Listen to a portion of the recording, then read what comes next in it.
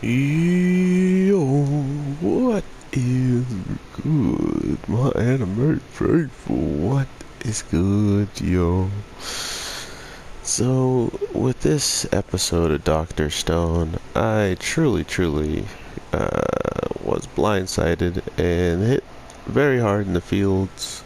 It's a very tough condition where you just all of a sudden get hit and you can't really do much about it, you know? So, man, this episode, so where do I start? We definitely got a better outcome than the one I was thinking could happen, which I was also pretty surprised and happy about, because to be fair, I saw this easily ending with um, the father maybe not being the one to go down there and the other people going down there because he would be the most safe bet to get them back, or not get them back, but to get them there safely, which I was right at the first part, and we saw as soon as that they landed in the water that they really didn't have a way out of the water and they were pretty much going to die. So he got onto a paddle boat after landing. After they had land, the first three people land, the next three land. He gets on a paddle boat and paddles for 10 hours to get to them to save their lives. So yeah, I'm pretty happy with what they did with the dad throughout all of this. I mean, I wish he was still around, but we got to remember that our main character wakes up 3,000 years after being petrified, so it makes a lot of sense that he wouldn't be able to meet his dad, right? That their paths just wouldn't cross in a physical way, which the one thing that keeps drawing me back to what they just told us and what they're saying is this man who just, went out to save his crewmates pretty much and wound up starting a village and a tale that would carry on all the way for 3,000 years to get to a son. Um, he pretty much also showed us that he didn't ever give up on his own expectations of his son, and one of those expectations just being that he's going to save everybody and have way more fun than, even the father could do in this short amount of time that he got to spend with these people. And to think that he was the oldest and winds up dying last kind of shows you the testament of just his physical conditioning and his overall prowess as someone who wasn't going to give up ever, and then pretty much winds up being the last one to make it. So it's stuff like that that makes you truly be like, oh, just wow.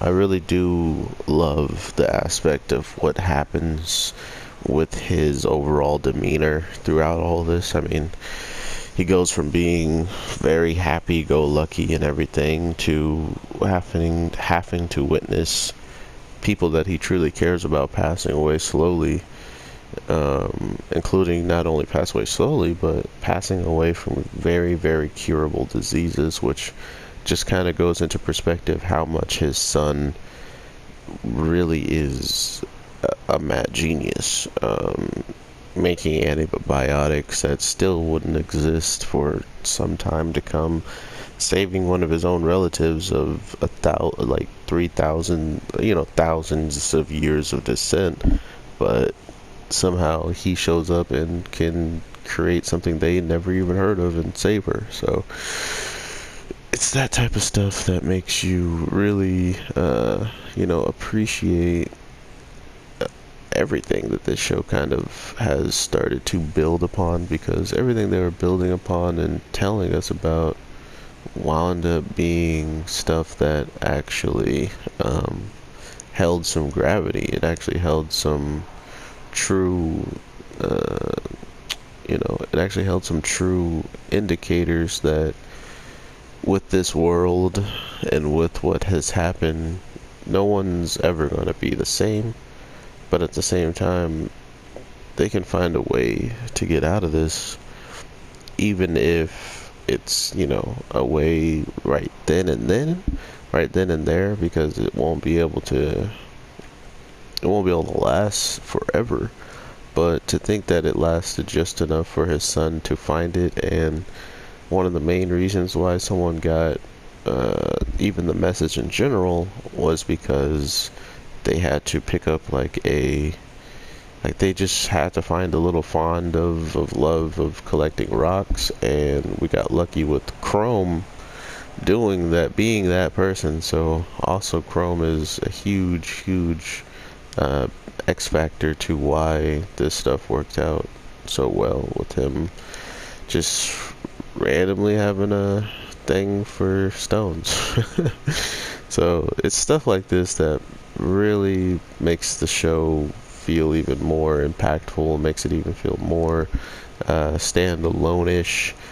And I mean, it is a standalone, but when I say standalone-ish, it just feels like nothing should be replicating it in the grand scheme of uh, giving us the same exact stories, So it feels like they've gone far enough to where they kind of made their own lane. I mean, sure, there's people that can replicate this and stuff, but like what I mean is standalone-ish is I can't really find just like people in general would not be able to find us that many stories that perfectly line up with this, almost as if they took influence from others, when now we can see it feels like they really are the only ones influencing a new type of storytelling. So that's pretty much what I mean by that. And because of it,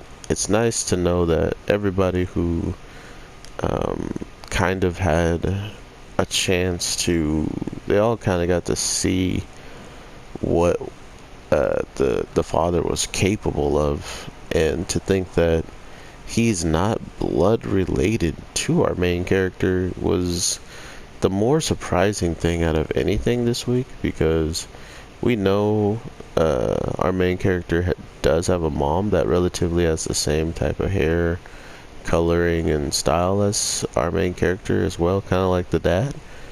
But I wonder if this was just a stylistic hair choice for the father to follow up on, or vice versa. I don't know. This kind of makes me feel weird about um, just overall where they're trying to go with this, because last time I checked, they looked relatively close to being related, so for them to just not be related is weird to me, I guess. I don't know. Or, yeah, they're not blood related, so how did all that happen? I think that was another amazing way of kind of just dabbling along, or teetering along with the storytelling of, oh, by the way, this guy is not even his real father, so who is his real father, or why haven't we met his mother, and stuff like that is always a good way to continue the show in the grand scheme of what's happening, who's this person, to this person, and so forth. But now that we're looking at this, we don't even get that, right? We just get um, one answer of, oh yeah, that guy just so happens to be um, he just so happens to be someone that is, incredibly intelligent. I'm talking about the father. He just happens to be incredibly intelligent and ridiculously fit after training to become an astronaut and all this. To think that they all kind of had to go through that training. They all kind of had to go through those types of hoops to get through. And he makes it out.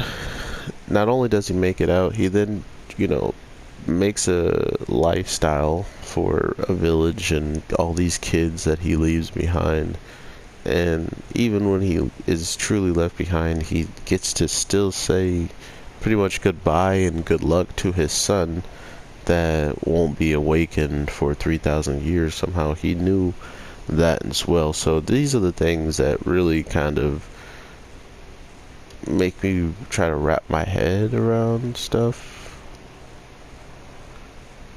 But I think this shit froze. That's what I heard.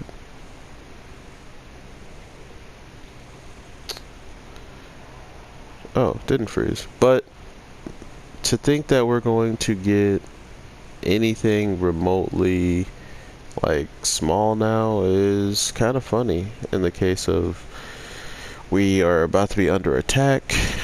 Because we're going to be under attack by the main people that we've been worried about this whole time. It definitely puts into perspective how close of a end is near for this, at least first season, right? Like there's no way they're gonna end this anytime soon, hopefully. So let's hope that's not in the near future. Other than that, though, if they are going to come and attack and try to take on the Kingdom of Science, I'm just interested to seeing how this will play out for them, and overall what will be the role of everybody within the village, if not, fighting back and trying to take care of themselves. What will our main character be able to give them to defend themselves, or will he's not like, I don't think he's going to run away at this point. Like now he is the leader of this village. Now he is someone they all look towards for maybe some type of salvation, because of what he's done for the priestess and stuff.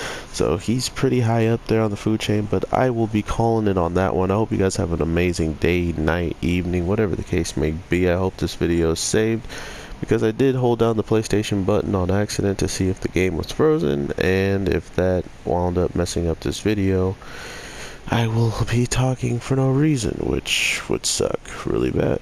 But overall, I hope you guys have an amazing day, night, evening, whatever the case may be when you're watching this. I am your boy, the Anime G, and I will definitely talk to you in the next one. So with that, peace.